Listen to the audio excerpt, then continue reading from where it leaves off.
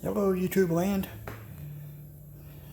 Finally got over my sickness. Got out here to go sanding on this today. Spent about 5 hours on it.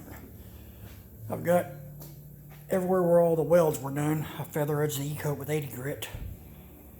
And used a little DeWalt wire brush there on my angle grinder. Cleaned all this up in here. All down the groove where the 4-pan meets up next to the toe board. Got all that cleaned up in there. There's a hole right up around there that's bare metal. That must have had water leaking there for a while because it's got some pits in it, but it's still good and solid. And the wire brush got it all out, so it looks good. Cleaned all that out. And see, everything around where the welds was, I feather edged with 80 grit.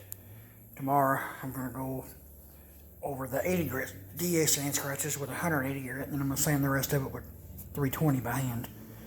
And any hard to get places I'll get with a red Scotch-Brite.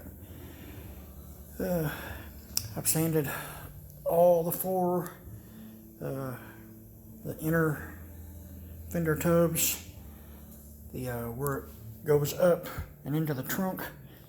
I sanded all the way back to right where it rolls off, starts going down into the trunk. And what I plan on doing, the E7 burnished red metallic that we bought, I want to make sure I have enough of it to paint all the door jambs and the outside of the car. About 2 gallons, and you know that seems like a lot, but I wanted to make sure I got plenty in case it's transparent.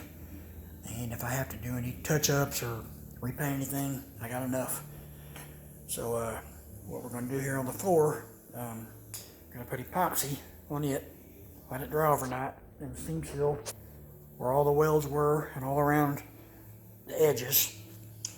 And I'm also going to seam seal right down across the bottom there.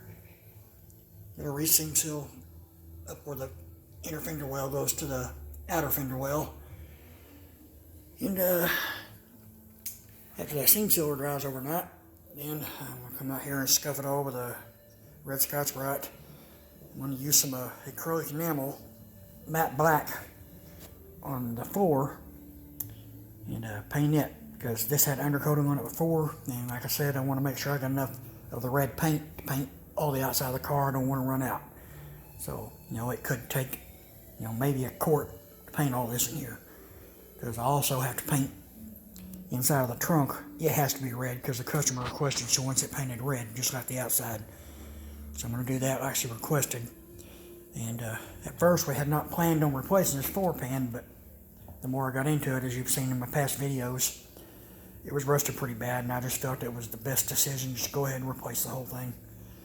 So that's what I did. I also sanded the whole rear package tray up there where the speakers go. I don't know what it's called on the Mopar, but on my 68 Nova, they call it a rear package tray or rear deck tray, something to that effect. But I sanded all that, and I'll go ahead and paint that black too, that way. Because I know the headliner is going to be black on this, the dash is going to be black, but the door panels and the seat are going to be white, and I think the carpet is going to be black. So I just feel that it's best to paint on that black. That way, if anything shows through any cracks and crevices, it doesn't stick out like a sore thumb. I don't know, possibly the customer might want to, whenever they go to put the interior in there, they could take, if they don't want the black showing through where any white is, they could use a white spray can of paint and just paint in there, find something that's real close to the color of the interior, paint across the edges where any seams are showing. That way you don't see any black between the white. It's just an idea. But anyway, that's the update for today. I gotta go to court tomorrow, so hopefully my lawyer shows up. He's been sick and I've been having a hard time getting a hold of him. He thinks he's getting the flu, so anyway, I gotta get in, get to bed, and take a bath. Get up early in the morning. I gotta be at court at 12:30 tomorrow. So if you like the videos, share and like and subscribe to the channel. Appreciate it.